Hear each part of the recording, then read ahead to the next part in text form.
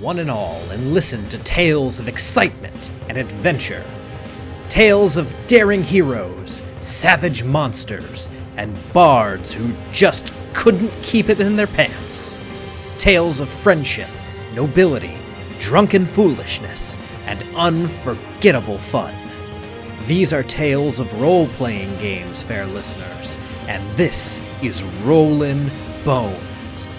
My name is Ryan Howard, and I shall be your guide.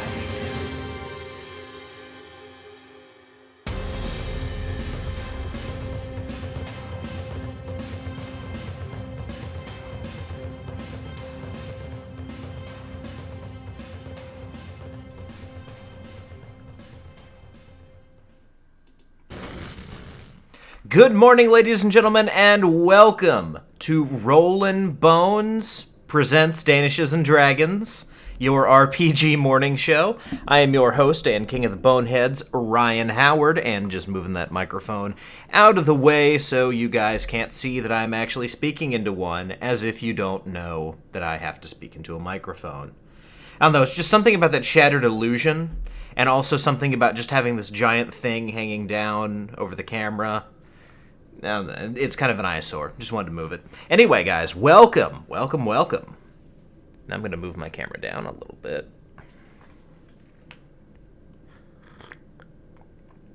So, today we are going to talk about sleuths in 5e.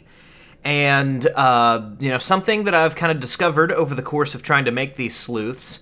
I initially wanted to make 3 characters. I ended up making 2.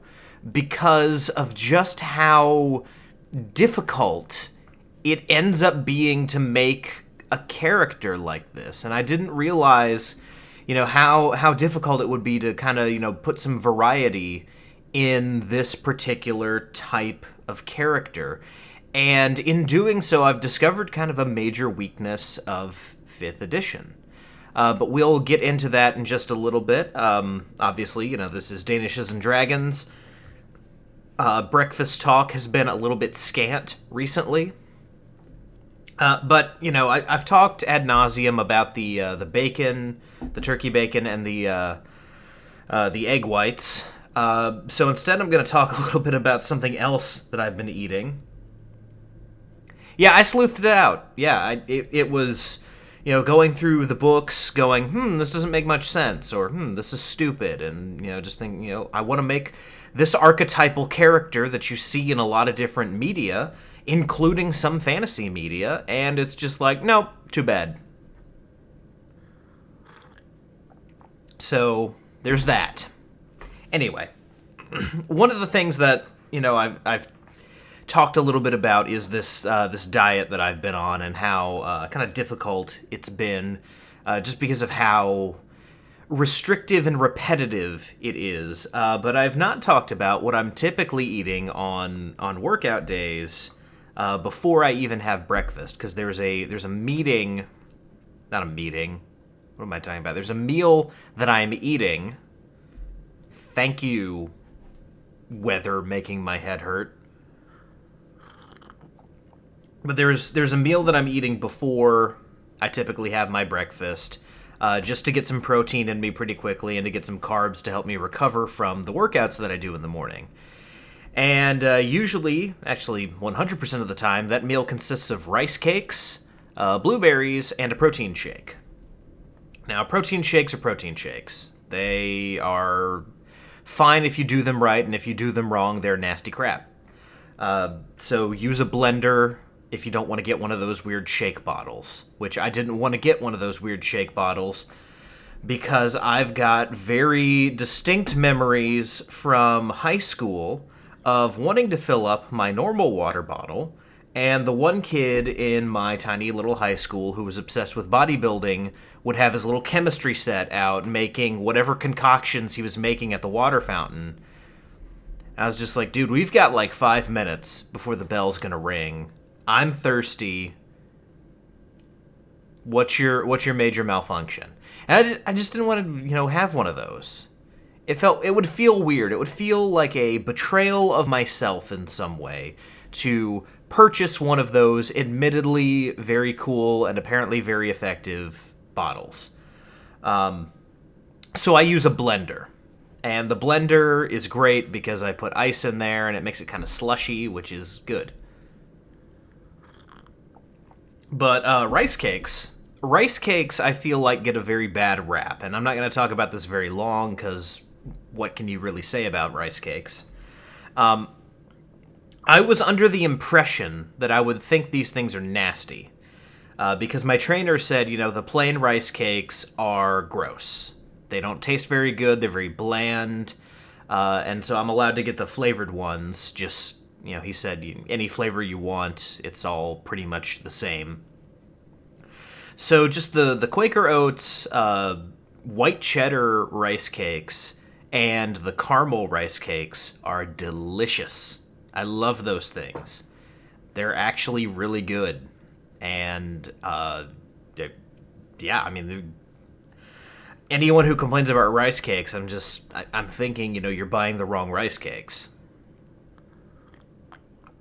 And Elfie really likes the apple ones, which I think are okay. They're not my favorite, but, Elfie really enjoyed the apple ones that I had. So yeah, rice cakes, not that bad. If you are contemplating some kind of major change in your diet, and you want, to try something similar to, what I've been doing, then, rice cakes are nothing to be afraid of. And you did not eat them all, Elfie. I was eating them 2 at a time, and when I would, run out, because there's an odd number of rice cakes in each bag, and there's 2 bags in one of the containers. So, I'm only eating 2 at a time.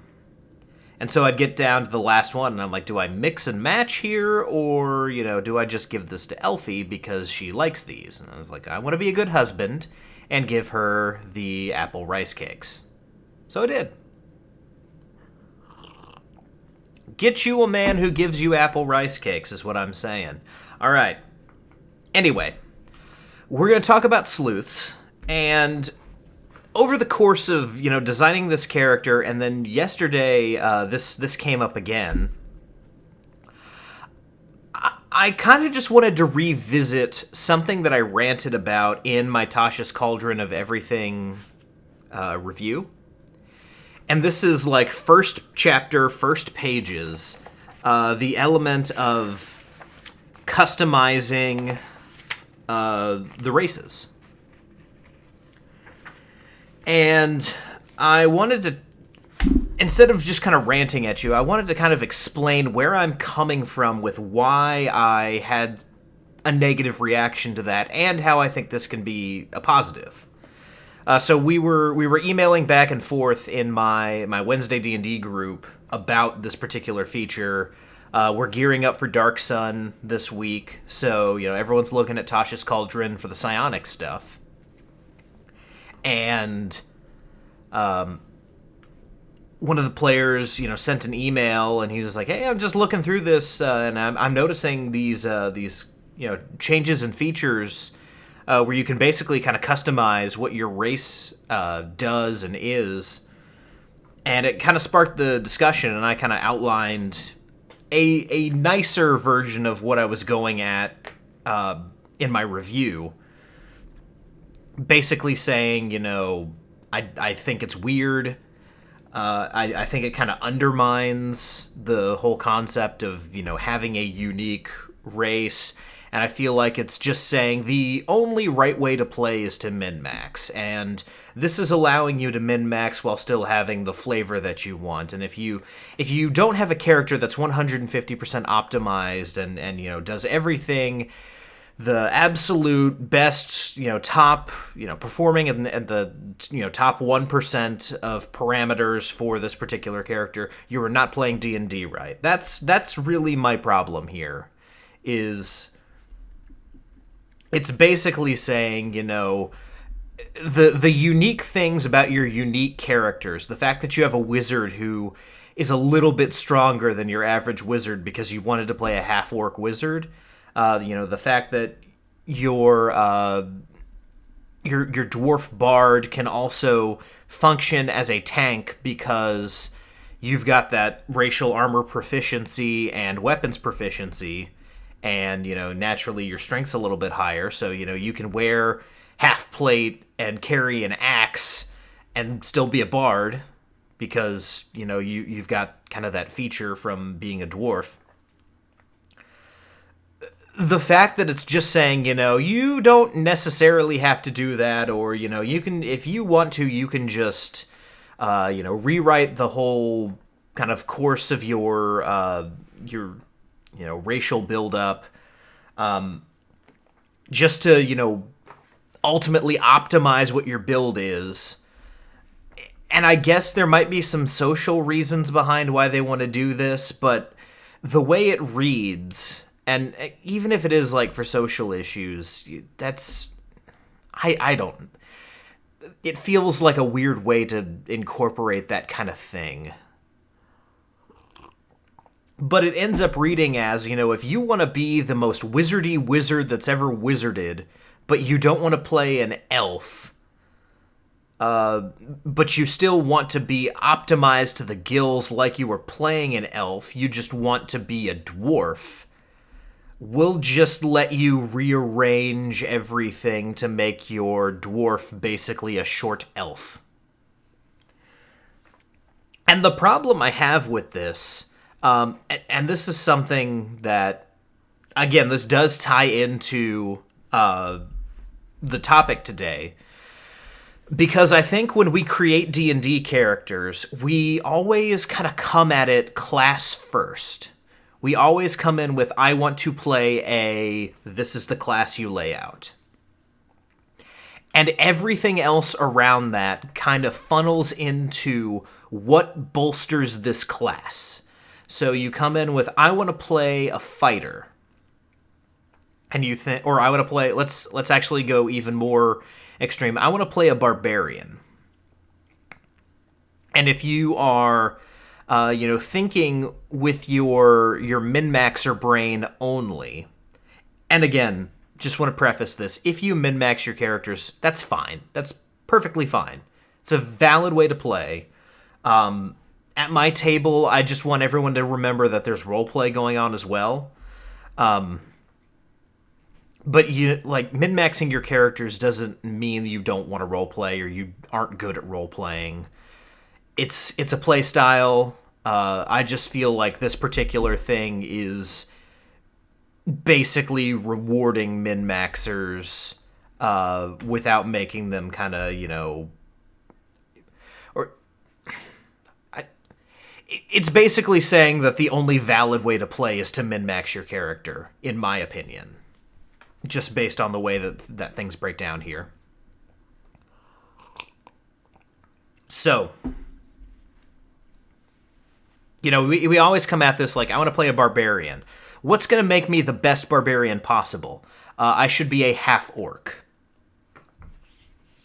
And then, I should have these stats based on, being a half-orc. In reality, when it comes to, how these characters live their lives, they were not born a barbarian first. They were born a half-orc child first, or a human child, or an elven child, a dwarven child, on and on and on.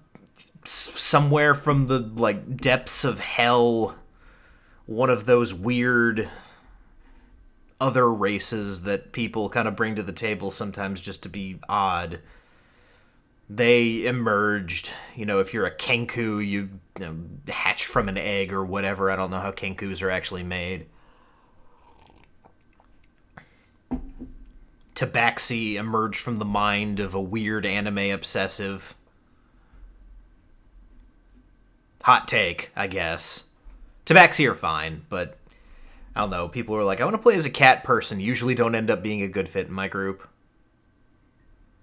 Although I did have one very good friend who played a Tabaxi, and it was awesome. Because she was hilarious. Ashley,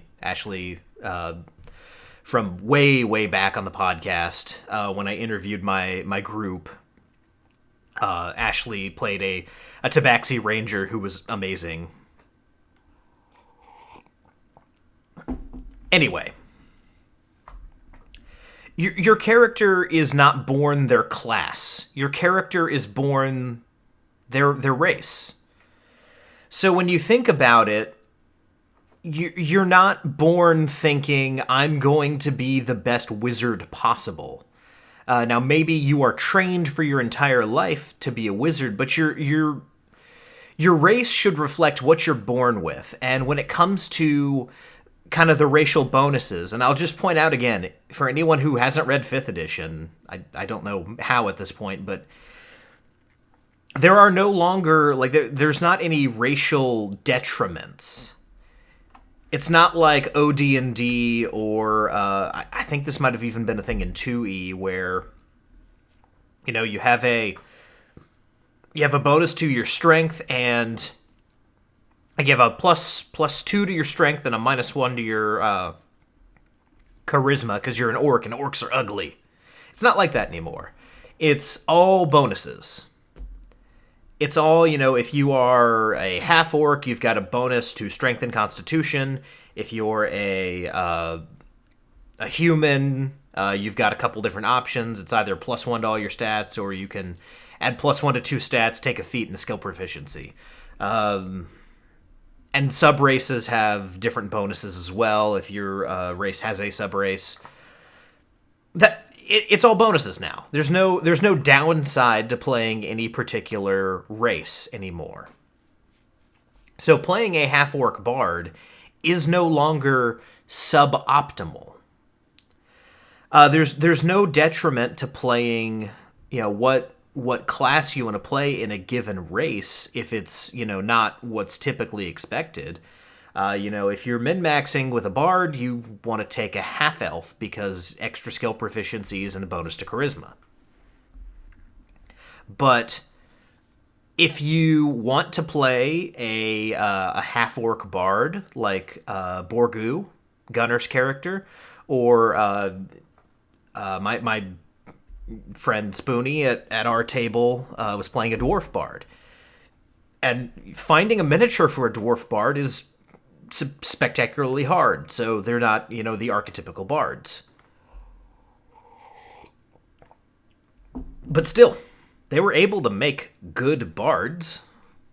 You can still, you know, put all your points in charisma, or if you're doing standard array, you know, put your 15 or put your 16 in is it 16 or 15? I can never remember. Put your high stat in charisma. You'll just have a bonus to your strength and constitution. It's, you know, you'll just be an exceptionally hardy bard. But, you know, the idea that races can have physiological differences, or, you know, Matt Colville always says that D&D races should be called species because, you know, they really are biologically different in their anatomy and how they, you know, form together, especially the ones that are like bird people or cat people. Maybe D&D races should be called species, and that could, you know, take away some of the loaded terminology if they just change that terminology to species. But, I mean, even amongst human beings, you know, there is a genetic determination of how strong you can be, or, you know, what your body looks like, you know, how much your, you know, how much you can take as far as, like, stomach stuff. Good example of this. If you compared the constitution scores of myself and Elfie, I would probably have the stronger constitution, I think it's fair to say. Elfie can have a bit of a sensitive stomach sometimes, and I'm not going to get into any more specifics than that. I am like a goat man, and I can eat anything. And Elfie has a bit more of a discerning stomach that sometimes turns against her. That's just the way that we are. Now, some of it might be how we were brought up, what we were exposed to, what we ate as kids, different memories that we have associated with different things that trigger reactions. There's this corn drink that they drink in Peru that I absolutely cannot smell, or I will get queasy, because I was very, very sick when I was in Peru, and I remember trying to kind of hold that sickness at bay at a restaurant while this pitcher of this corn drink was right in front of me, and so I associate nausea with that smell, and I just can't do that anymore. So, all of that kind of, there's a whole lot of things that factor in together as far as your genetic makeup, the way you were raised, all of that would lead to, this is what your, these are your kind of bonuses to stats, or this is what you're good at. And for that to be genetic, at least in the beginning, thinking of race as what you were born with, I don't see any problem with that, and I don't see how that should be a problem for anyone else. I'm naturally a fairly strong guy. Now, I'm not strong when you compare me to other people who lift weights, but I'm a decently strong person as far as just being able to lift stuff. Other people are not as strong, naturally. Other people are stronger naturally. If I were a D&D character, would I have the bump to my strength? I don't know, probably not. But for these to be natural things, it's not a problem. And when people say, the way you were raised would affect the different stats that you have and what you focused on. If you're, maybe racially half orcs are a little bit stronger, but and more hardy, but you were raised amongst humans. I think that's reflected in your stats. I think that's where your stats come in. Your racial bonuses are what you're born with, what you come out of the womb with, and then your stats are what you layer on top of that. So by the time you get to adventuring age, you are at your starting stats. So, maybe you are a little bit stronger naturally than what everyone else is, but you still went to wizard school and excelled, so it's fine for your intelligence to be higher, even though you have a natural bonus to your strength and constitution. You're just a little bit hardier as a wizard. So, basically, to make a very long story short, when it comes to this stuff, I feel like any variance in, how you're raised, what your environment turned you into, that comes out in your stats, not in your added stats, your rolled stats, your point buy stats. Whatever you add to get your character up to adventuring age, or the time of their life where they're adventuring, that's the experience and the different things that led you to where you are right now. I think the strength bonus is like a +1. So if you still put an 8 in... This is for half-orcs again. So if you still put an 8 in strength, maybe it's a +2, but let's say for the sake of argument it's a +1. And you put an 8 in strength because you're playing a half-orc wizard. Your strength's only a 9. That's not... You're not a brute strength wizard because you still have a -1 to strength. It's just, naturally you're a little bit hardier, your bones are a little bit more dense, muscles are a little bit more developed just because of your physiology. That's my main thing behind this, Your race, your racial stats stay what they are because that's what you're born with. You're born with a natural proclivity towards these things. You're born with a natural kind of bent in the strength direction, or maybe your mind, your mental capacity is a little bit higher.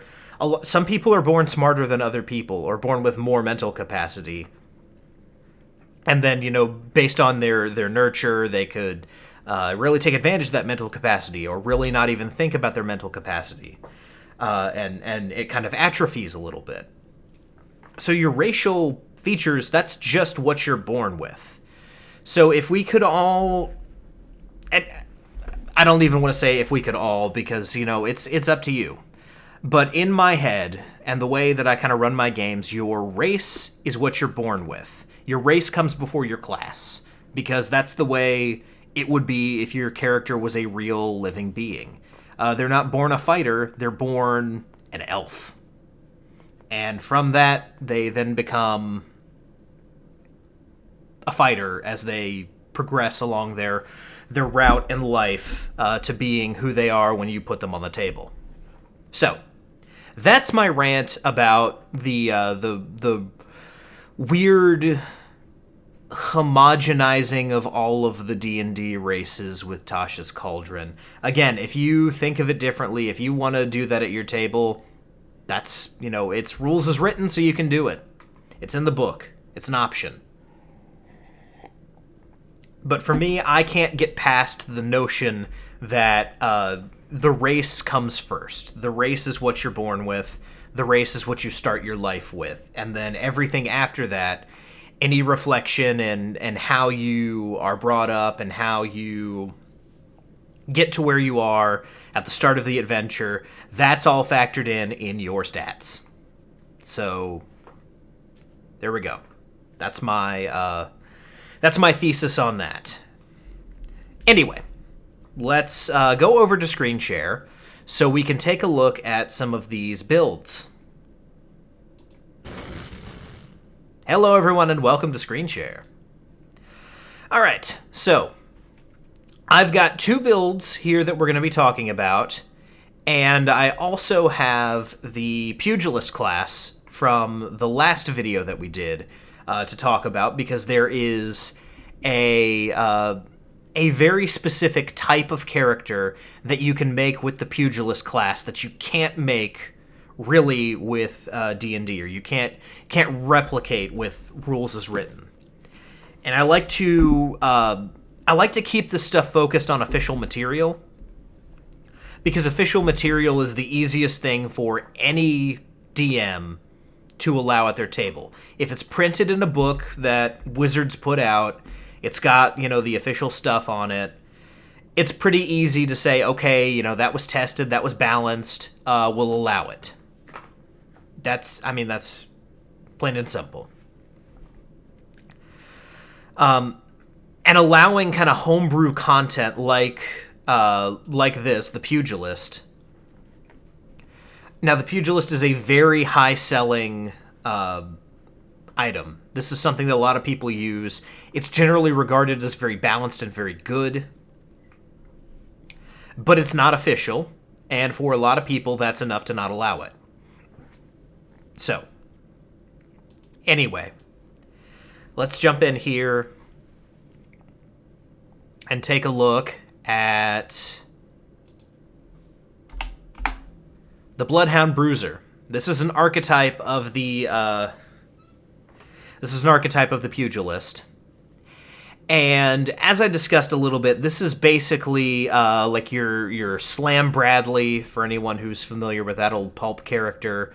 A little bit of Robert Downey Jr., Sherlock Holmes in here too. This is your tough street detective. Marv from Sin City would fall into this category. But yeah, basically, here, I'll read the text for you. Pugilists in the Bloodhound Bruiser Fight Club are notorious for looking for trouble and finding it every time. Members of this fight club are highly observant of their character traits and physical evidence, and can form an almost supernatural connection to the cities they live in. Most use these abilities to become urban defenders of the downtrodden, but others lend their talents to less savory organizations. So this would also encompass someone like Daredevil, who was someone that I tried to replicate for this show and had a devil of a time trying to replicate, so I ultimately just didn't go for that build. And I'll talk about that. So, features, ever vigilant. When you choose this fight club at 3rd level, you have advantage on initiative rolls. During the first round of combat, you have advantage on attack rolls against creatures who haven't acted yet. So, that's a feature that you could see in like the Unearthed Arcana Ranger. Basically, the idea is because you see what's happening, you are able to act first. Also, at 3rd level, you gain proficiency with 2 of the following skills of your choice: Insight, Investigation, or Perception. And when you make an Investigation, Insight, or Perception ability check, you can spend 1 of your Moxie points to gain advantage. And Moxie points are like your key points for this particular class, if you don't remember the discussion of that. And then Scrap Like a Sleuth. At 6th level, you can use a bonus action and expend 2 Moxie points to hone in on the idiosyncrasies and bad habits of an enemy you can see within 30 feet. This is your Sherlock Holmes Mind Palace. And when you do, you have advantage on weapon attacks against the creature and add your proficiency bonus to your AC against attacks made by the creature. These effects continue for 1 minute or until you use this feature again. So yeah, basically this is, you the Sherlock Holmes thing. You're studying him, you see the weakness in his technique, and you're able to exploit it. There's something similar in, I believe, the Mastermind Rogue class. I don't know if it gives you advantage, but we can look over that. Mastermind Rogue is a way to play a sleuth. I didn't make a build with it this time, but it's a way to do it. Heart of the City at 11th level. When you take a long rest in a settlement, you can choose to become familiar with the settlement. When you use this feature again, you'll replace your previous familiar settlement with the current one. You can't be surprised, and you add your proficiency bonus to your initiative. You have dark vision to a range of 120 feet. When you make an ability check using the Insight, Investigation, or Perception skill, you add your proficiency bonus. Basically, you get expertise on those skills within the environment. You can't be lost by any means. And when you are not in combat, you can travel between any 2 points in the settlement twice as fast as your speed would normally allow. And then your capstone ability at 17th level, you can use a bonus action and spend 1 Moxie point to open your senses to your surroundings for 1 minute. During this time, you have advantage on saving throws against being blinded or deafened and have true sight out to a distance of 30 feet. So yeah, it's a front-loaded class, but all classes are front-loaded in 5th edition, except for the monk. But yeah, this is this is a great archetypal character that I tried to replicate in 5e, and I found that it's just not possible. Or it's possible, but the way you do it is not very optimal for what you are trying to do. And when I say suboptimal, what I mean is there are so many stats that you have to invest points in to make this a viable build. To make sure that you're not a crappy fighter or a crappy detective. And you end up being mediocre at both because of this. And you have deficiencies in other places. Which is kind of the problem when you have to multi-class to make the build that you're looking to make. A lot of times stats can fall by the wayside.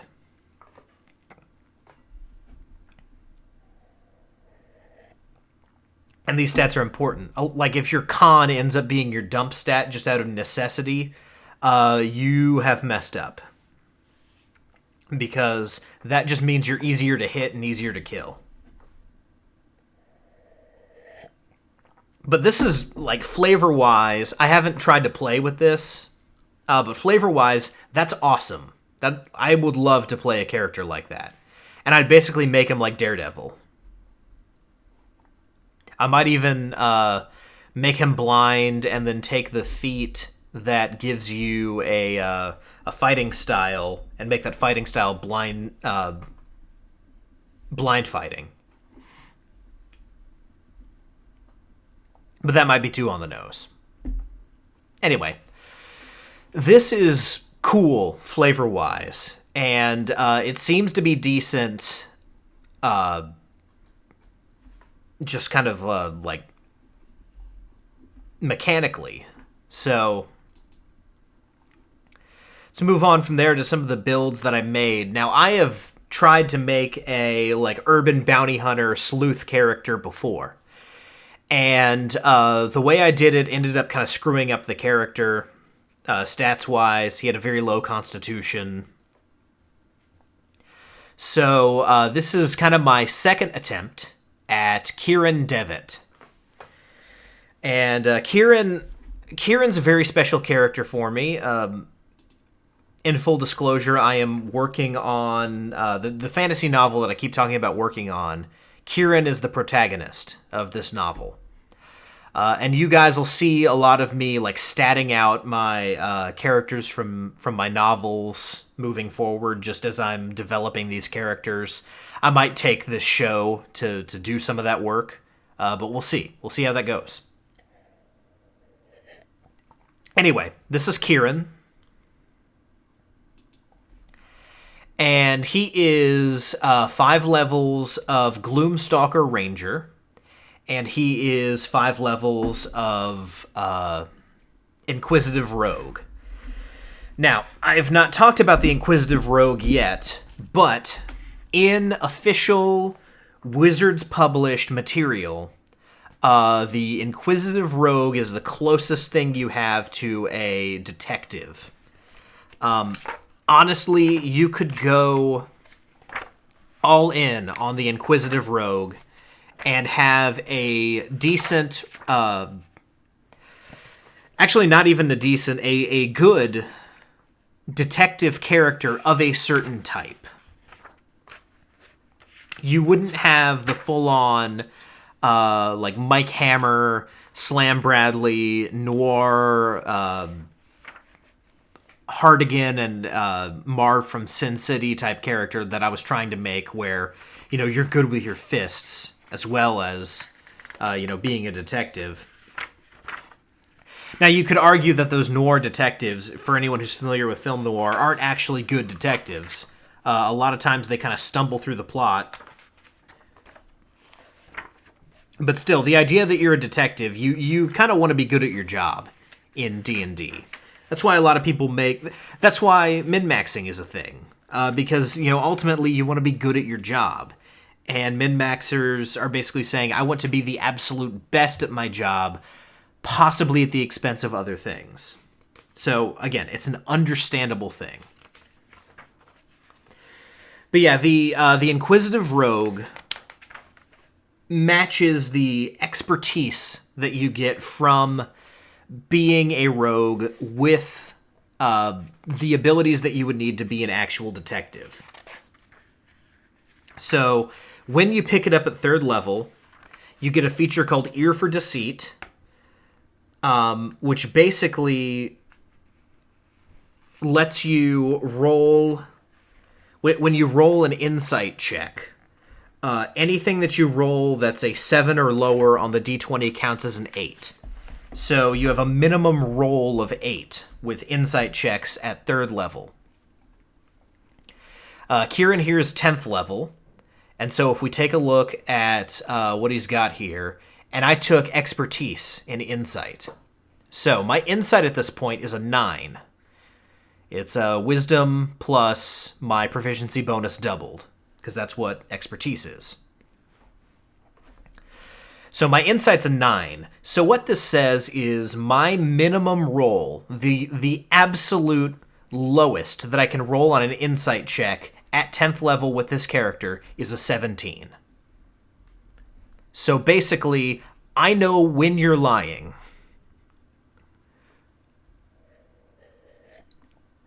That is pretty powerful for a very social, very roleplay heavy game where you would play a character like this.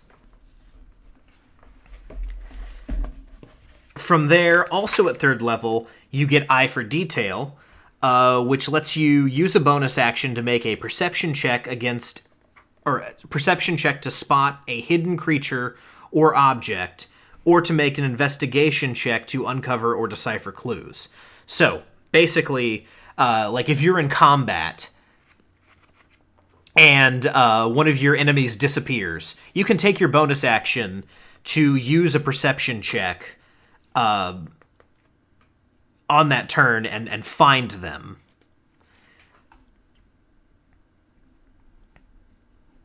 This is for, like, in combat or in a situation where you're basically where you need to have those particular things happen. Outside of combat, it's not really that big a deal. You make a perception check or you make an investigation check. But under duress, you're looking for some way to get advantage, some way to figure out what this bad guy's weakness is. Maybe you're fighting a lich and you're looking for his phylactery. If he has it in the room with him, he done fucked up, but that's beside the point. And this allows you to do that in combat as a bonus action. So you can still, again, using Kieran as the specific example here, Kieran gets 2 attacks, 3 if it's the first round. And that's without even the... that's with using the bonus action to make this check instead of my offhand attack. So I can still, make the bonus action to find the invisible enemy, move up, and hit him twice. And then at 9th, or also at 3rd level, which is as far as this goes for this character, because I multi-classed him. You gain the ability to, or this is called Insightful Fighting. You gain the ability to decipher an opponent's tactics and develop a counter to them. As a bonus action, you make an insight check against a creature that you can see that isn't incapacitated, contested by the target's deception check. If you succeed, you can use your sneak attack against that creature, even if you don't have advantage on the attack roll, but not if you have disadvantage on it. So, for rogues, sneak attack, you have to have an adjacent ally, or you have to have advantage on the attack. So if you have neither, you can use that feature and get sneak attack anyway. Again, it's kind of a, seeing the gaps in their technique thing.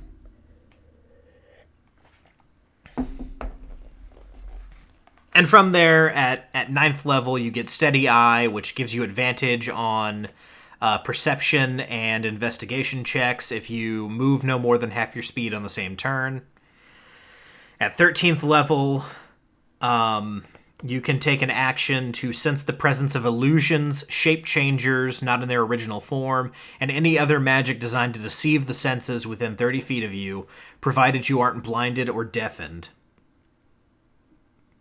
You sense that an effect is attempting to trick you, but you gain no insight into what is hidden or into its true nature. You can use this feature a number of times equal to your wisdom modifier, and you regain all expended uses when you finish a long rest. Baller for social situations. Especially like if you're going up against mind flayers. And then your capstone is Eye for Weakness. You learn to exploit a creature's weaknesses by carefully studying its tactics and movements. While you use your insightful fighting while your insightful fighting feature applies to this creature, your sneak attack damage against the creature increases by 3d6. So, just to let you guys know, at 17th level, let's go ahead and pull up the rogue information here. If we look at the table, at 17th level, your sneak attack is 9d6. So, if you have this at 17th level, you have 12d6. You're essentially fireballing someone with your sword.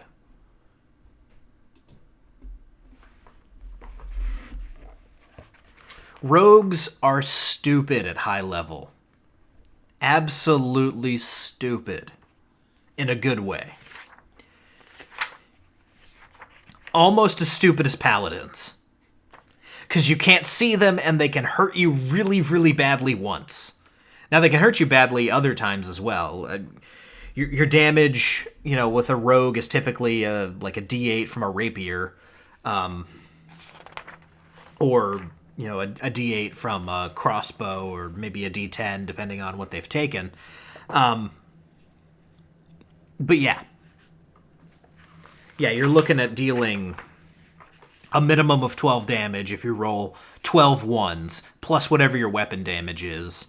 And if you roll 12 ones, if you roll all 12 d6s and they all show up the same number, at my table, I'd treat that as like crit damage. I'd let you roll again and add what you get again, because that's the statistical probability of that is off the charts.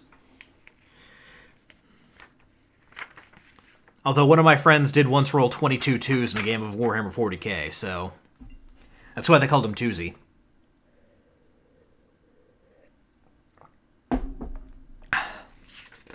But no, the other aspect of Kieran here is the Gloomstalker. He is a Gloomstalker Ranger.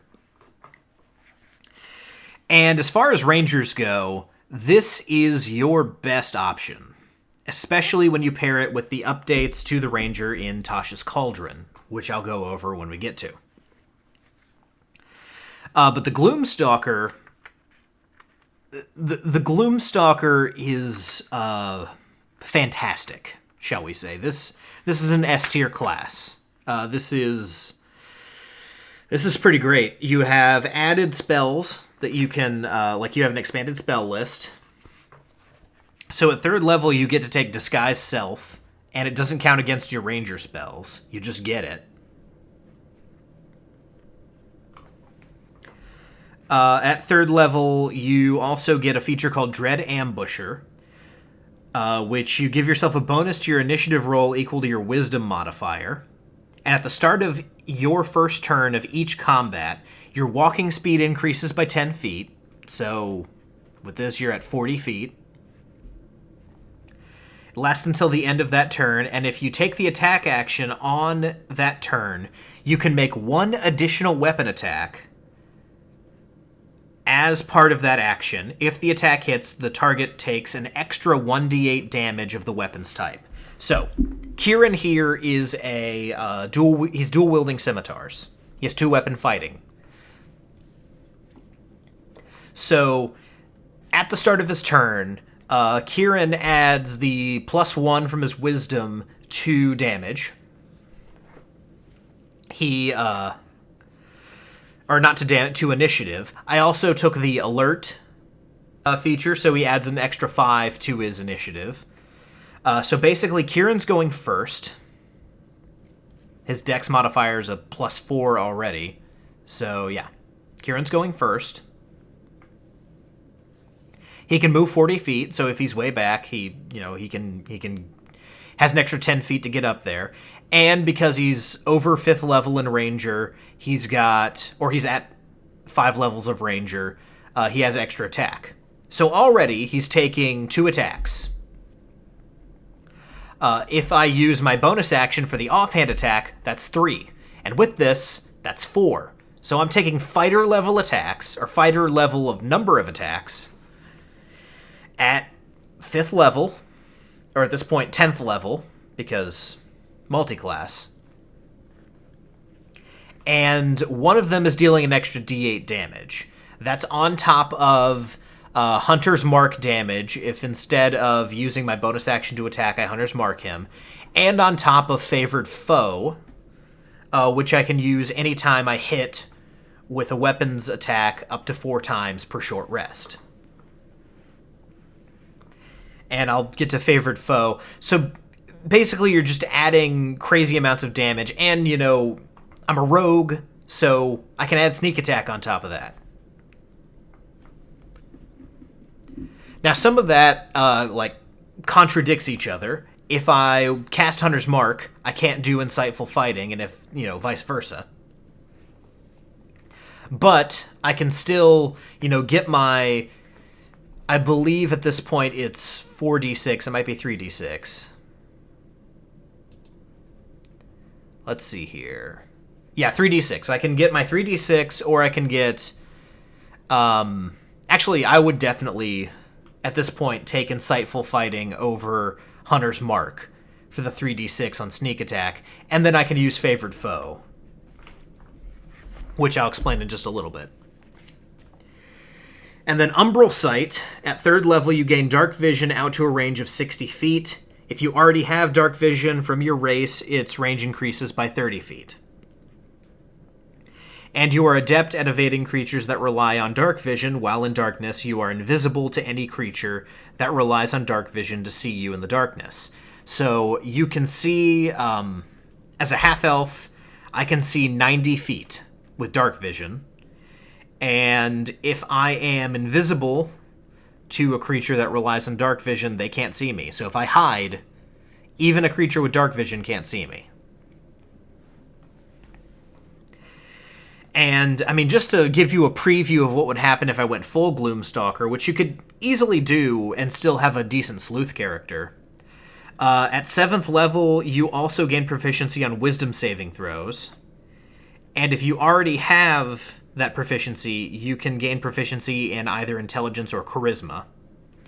So you get a 3rd saving throw.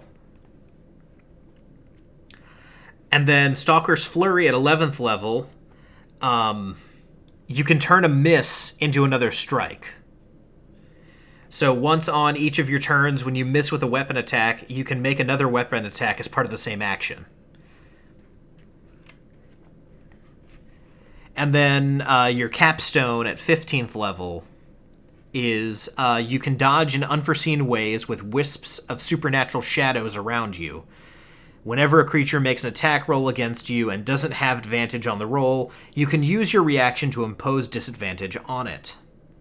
You must use this feature before you know the outcome of the attack roll.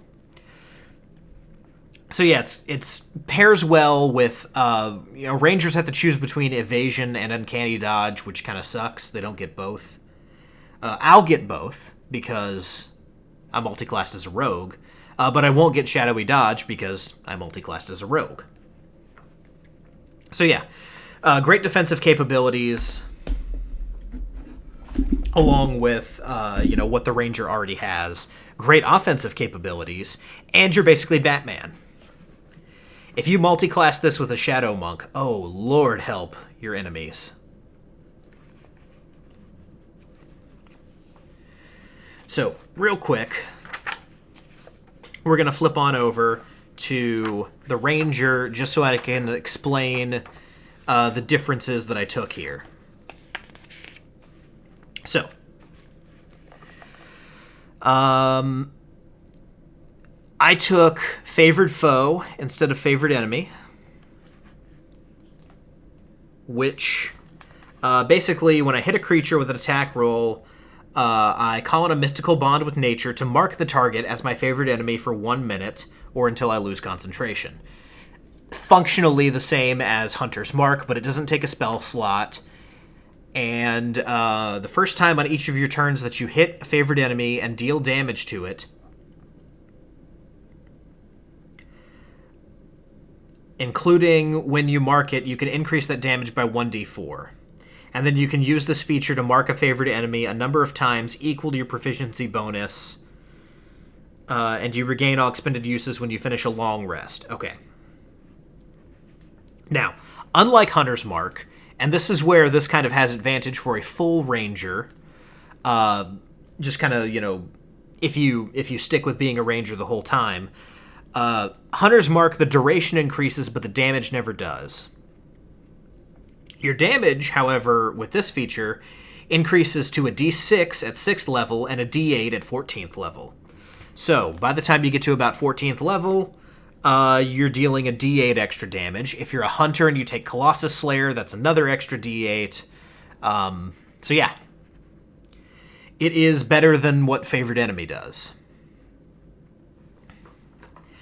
And then I took Deft Explorer over Natural Explorer, which means at first level, one of my skill proficiency bonuses is doubled, so expertise on a given skill, and it also gives you an extra language. If you continue with that, your walking speed increases by 5 feet, and you gain a climbing and swimming speed equal to your walking speed at 6th level. And then at 10th level, you can give yourself a number of temporary hit points equal to 1d8 plus your wisdom modifier. And you can use that a number of times equal to your proficiency bonus, and you regain all expended uses when you finish a long rest. And then whenever you finish a short rest, your exhaustion level, if any, is decreased by 1. And then I also took Primal Awareness instead of Primeval Awareness, which gives you extra spells that you can cast.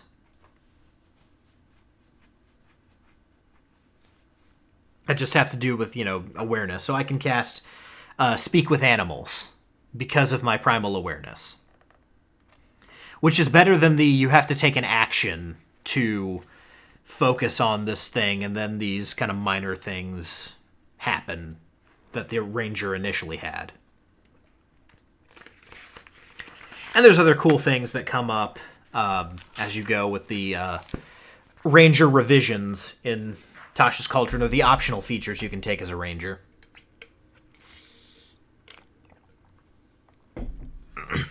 But yeah, this is Kieran, and he's very good. I took my Deft Explorer for perception, and then I have expertise in insight and investigation. I'll get more expertise as I level as a rogue. So basically, I'm good on the investigation side of things, and I'm good in combat. I can go first and deal a good amount of damage. So I'm very happy with the way that this build turned out. And he's not a glass cannon as far as his con goes. So yeah, if I were to play Kieran again, like if I were to bring him over to another game, this is how I would do it. I'd level him down or level him up as need be, but this is the basic idea that I'd go with. Gloomstalker Ranger, Inquisitive Rogue, and yeah, that'd be that. And as far as spells, Absorb Elements, Speak with Animals, Disguise Self, Hunter's Mark, Silence, and Protection from Poison. And that's all I would get with the levels of Ranger that I took. So yeah, this is Kieran. Let me go over here real quick to my Kieran miniature that I made, and I will show you guys what he looks like.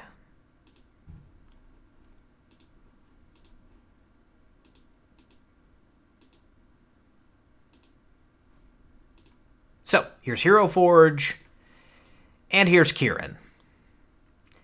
Kind of a Solomon Kane look, because I'm on my bullshit. He has a goatee, and he's a half-elf.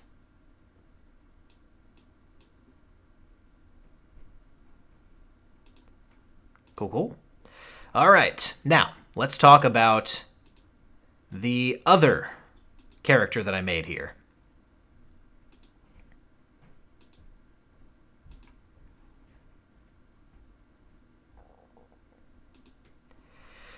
All right, so this is Tybalt the Spiritualist. Tybalt is also a rogue multiclass, but I went in kind of a different direction with him. Instead of being the Inquisitive, he is a Soul Knife rogue, also from Tasha's Cauldron, the Psylocke type character. And he's a divination wizard. So the idea that I was going for here, first of all, if you want to be like purely an intellectual investigator, don't really care about close combat or anything like that, you want the clairvoyance and the spells that make for a very smart investigator who's able to do cool things with magic, divination wizard is the way to go. And that's the way that I'd be leveling Tybalt kind of the rest of the way if I were taking him to 20.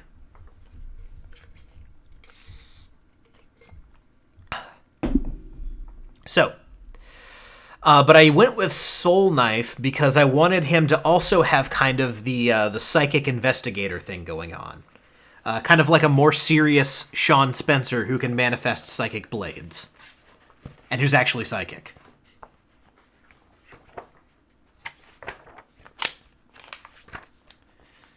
So, if we look at the Soul Knife Rogue, which I am getting to,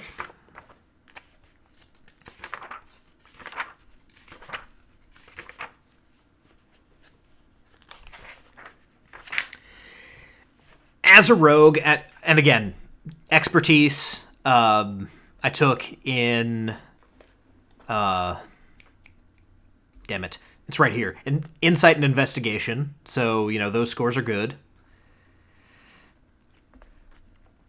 And when it comes to my specific soul knife stuff, at 3rd level, I get psionic power. So I have a number of psi points, which you can see here is 8d8.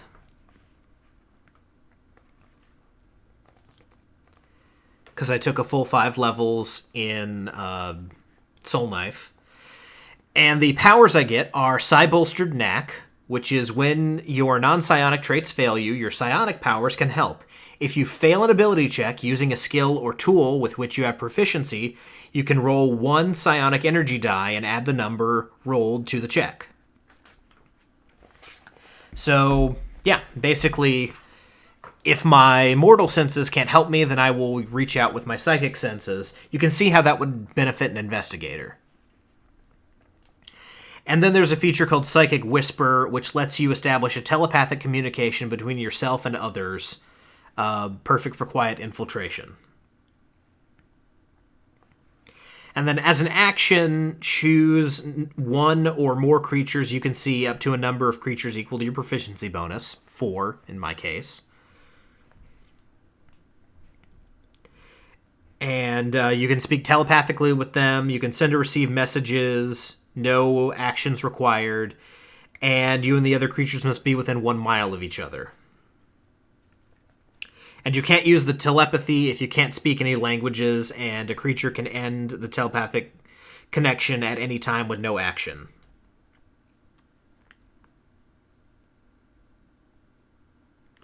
So basically, you can't establish this with an animal, but you can do it with another person, even if you don't speak the same languages.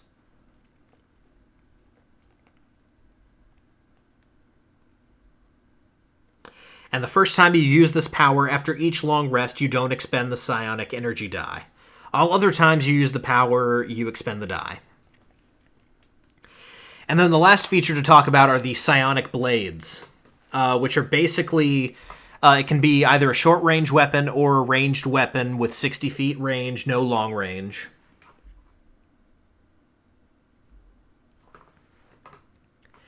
And the first one on your dominant hand does a d6 damage, plus your dexterity modifier. It has the finesse category.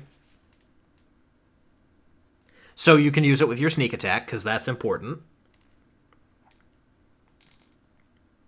It also has the thrown property, so that's how you get the 60 feet, because you can throw the psionic dagger.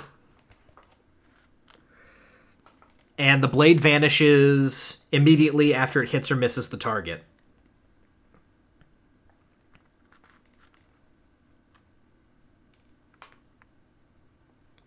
So the damage die for the main one is a d6 and the offhand is a d4. So it's like having a short sword and a dagger. And that's it for the psionic thing. That's just... And I mean that purely as a backup. Like, I'm not going to get in close combat with anything with this wizard, because, as you can see, at 10th level, he only has 68 hit points. And not a very high AC. And not a very high dexterity. So, yeah. Getting into fisticuffs is not the ideal with this particular... character here. Now, I am actually going to take a quick break, and then I will talk about the wizard features, because this is my first wizard, actually. It's the first time I built a wizard. So let's take a quick break, and I'll be right back.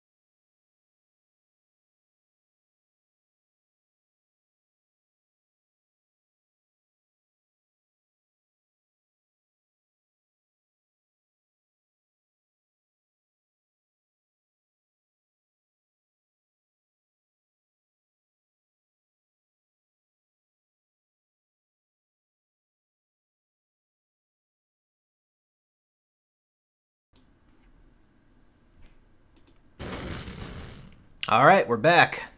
Cool. So, when it comes to wizards, which we are now talking about as related to Tybalt the Spiritualist, their main features are their spells. So there's not a lot of class features kind of within being a wizard. Just as a wizard, you get your spells go into spell book. That's, how you know what spells you have, and you can prepare a certain number per day.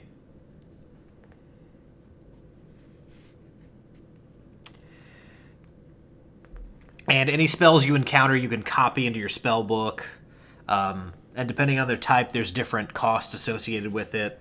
There's a certain amount of gold that it costs to copy a spell.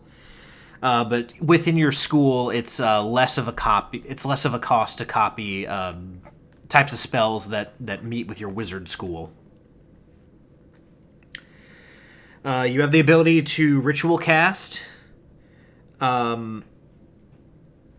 which lets you cast a wizard spell in your spell book as a ritual without having it prepared. Which is actually very useful for this particular build, because you can ritual cast things like tongues and stuff like that to just kind of make you better.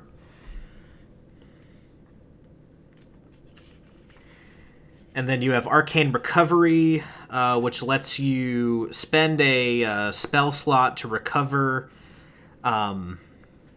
Spell slot can have a combined level that is equal to or less than half your wizard level. And none of the slots can be 6th level or higher, and so the example it gives is if you're a 4th level wizard, you can recover up to 2 levels worth of spell slots.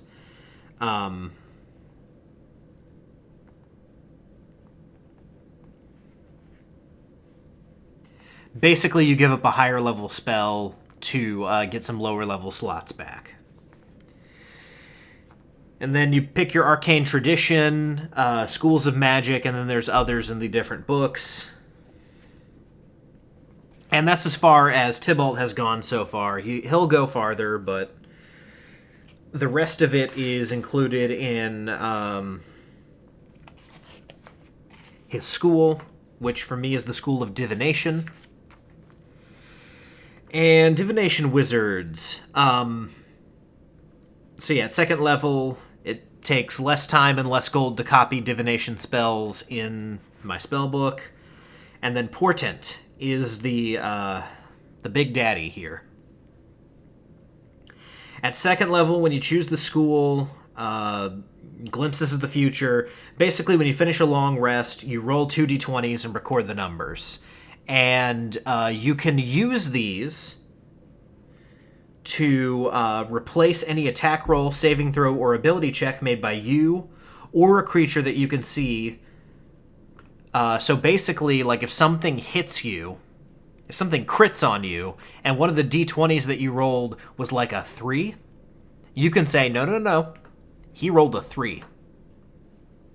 Or, if you screw up a saving throw or screw up a spell attack or something like that, you can, take, let's say you rolled a 15. You can take that 15 and say, that's my roll now. And that's per long rest, you get 2 of these. 2 d20s. Once you get up to 14th level, you get 3.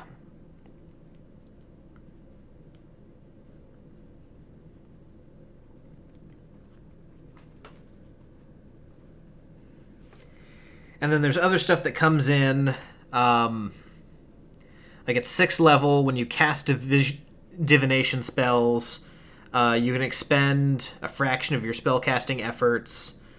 So basically, when you cast a divination spell of 2nd level or higher, using a spell slot, you regain 1 expended spell slot. Slot must be of a lower level, or 1 level lower than the spell you cast, and can't be higher than 5th level.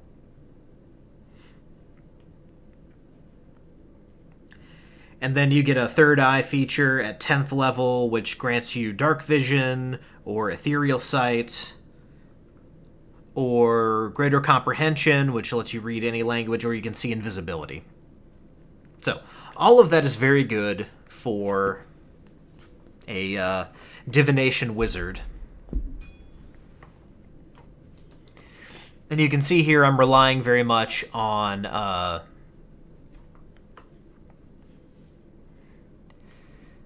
insight, investigation, perception still. And if we go down to my spell book, cantrips, Mage Hand, Mind Sliver. Mind Sliver is a good one from Tasha's Cauldron. Go ahead and pull this up here.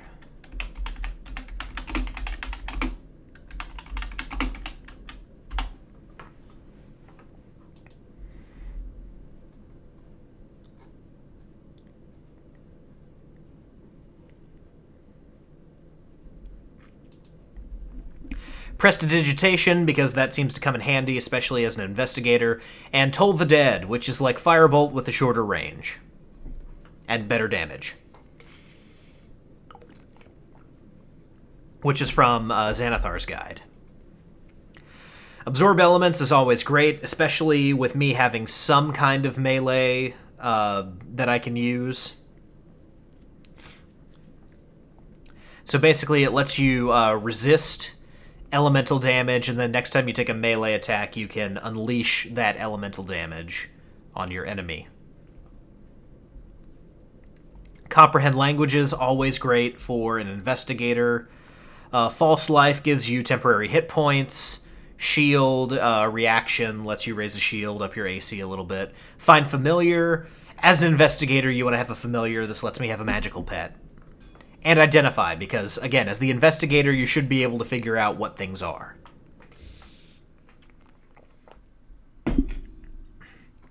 Move on down, Mind Spike. Mind Spike is a new spell. One of the ones from Tasha's Cauldron.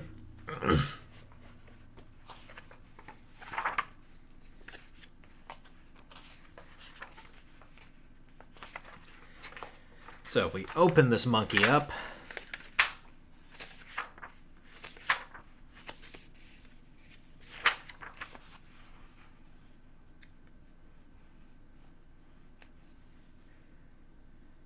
maybe it's not from Tasha's Cauldron.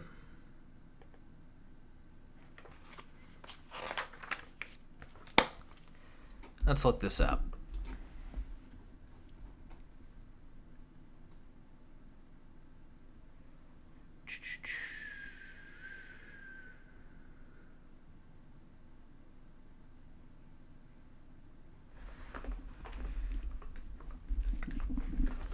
Xanathar's Guide, that's where it's from.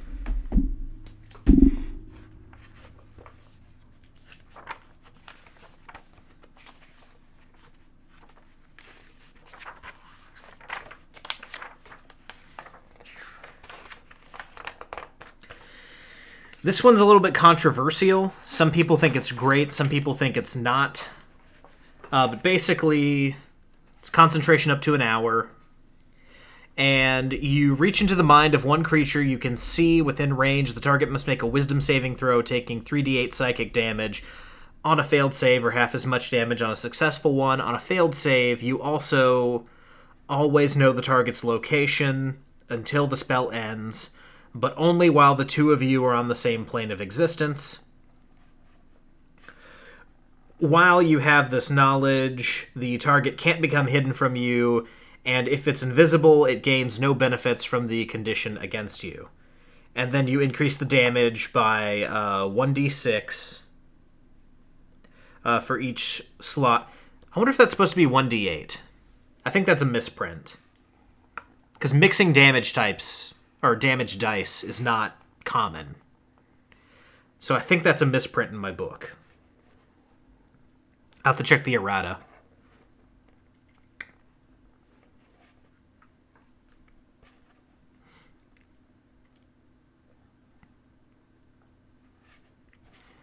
So yeah, it's a little bit of damage, and if you cast it higher, it becomes more.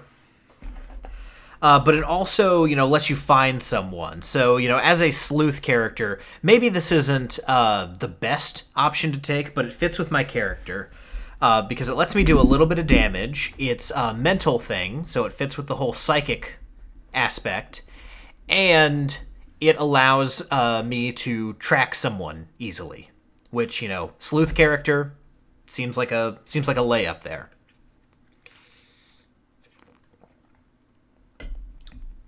As long as they fail to save, which, as a divination wizard, I might be able to make sure they do. And, of course, dark vision, because I'm playing a human this time. And then tongues. Got on a 3rd level here. Fireball I obviously want, because every wizard should take Fireball.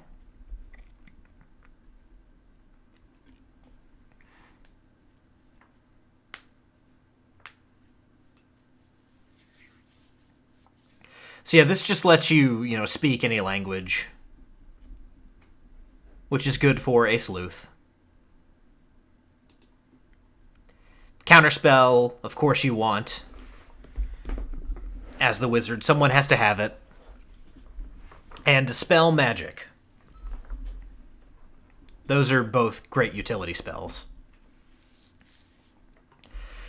So yeah, that is Tybalt. Tybalt the Spiritualist, because he is psychic. And if I go over here to Hero Forge, I can show you guys what I have come up with for Tybalt.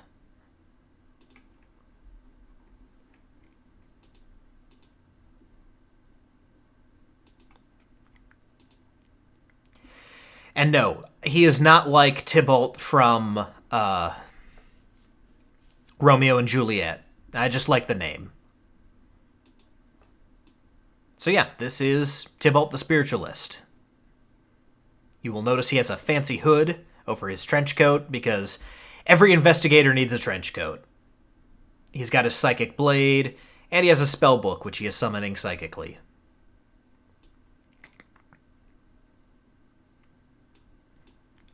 Lots of black and purple motifs here. And yeah, that is Tybalt. So yeah, those are the builds that I made. I'm going to go back over to solo and talk a little bit about what I feel is missing from this type of character in 5th edition, and some of the problems that have now come to light for me with 5th edition, as well as, you know, just putting out a call for, you know, what system does this better. So let's move over. Here I am. All right. And close some of this stuff down here. So, basically, what I noticed, especially when it came to trying to make a 3rd character for today's episode, because I wanted to make 3,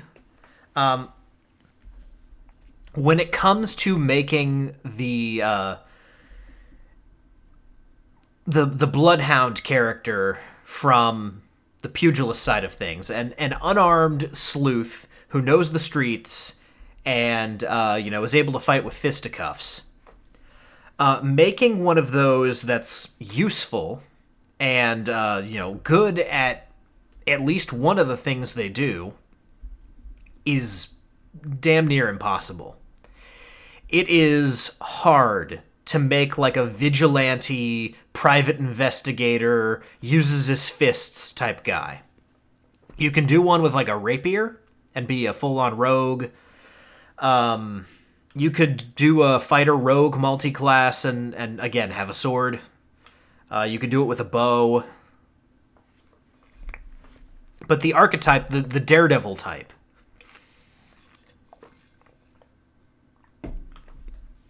that's impossible. You just can't do it. I tried to do it with a monk multi-class, and monks are stupid. 5th edition monks are absolutely stupid.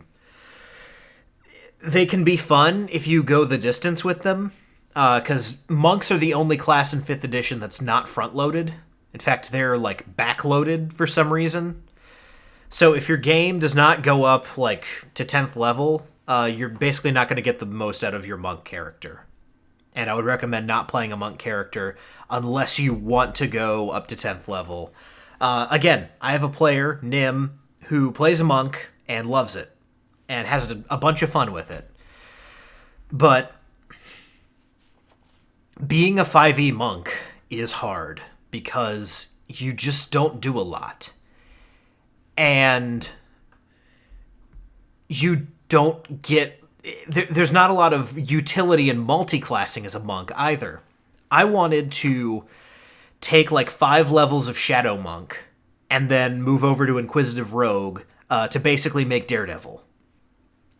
The problem is you can only make sneak attacks with finesse weapons, and unarmed strikes don't qualify as weapons and therefore don't have the finesse property, even though monks can use either their strength or dexterity to attack with their weapon. Yeah, with their weapons or with their unarmed strikes, which is what the finesse property is. It's this weird loophole of it's not a weapon, so it doesn't have this property, but it does the same thing in the hands of this class that it would do otherwise. Some people say it's unbalanced. When you actually look at what it's doing each turn, it's not unbalanced at all. Even if you take the feat, which I think is... I don't know if it's Martial Adept. I think that might be what it's called. That lets you take a fighting style, and you take unarmed fighting, 5 levels of monk, and then move on to rogue. And that's 5 levels for the extra attack, by the way. You're dealing a d8 with your unarmed attack. You should still be able to, make the sneak attack once per turn. You're basically no different from someone attacking with a rapier.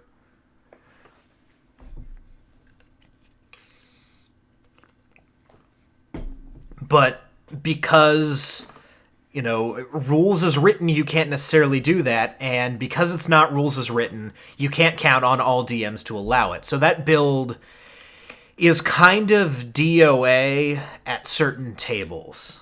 At my table, it would play fine. I'd allow it. I'll allow someone to sneak attack unarmed. Just because, mechanically... or not mechanically, but like when you think about it in the real world, it should make sense. You can sucker punch people in the real world. So, if you think of sneak attack as what it used to be called, backstab, where if you flank someone, you get backstab. If it's a surprise attack. You're catching someone on their weak side. You can do that unarmed, and it should have a similar effect. Because when you sucker punch someone in real life, there's a decent chance you can knock them out, or at least knock them silly. So why not deal more damage in 5e?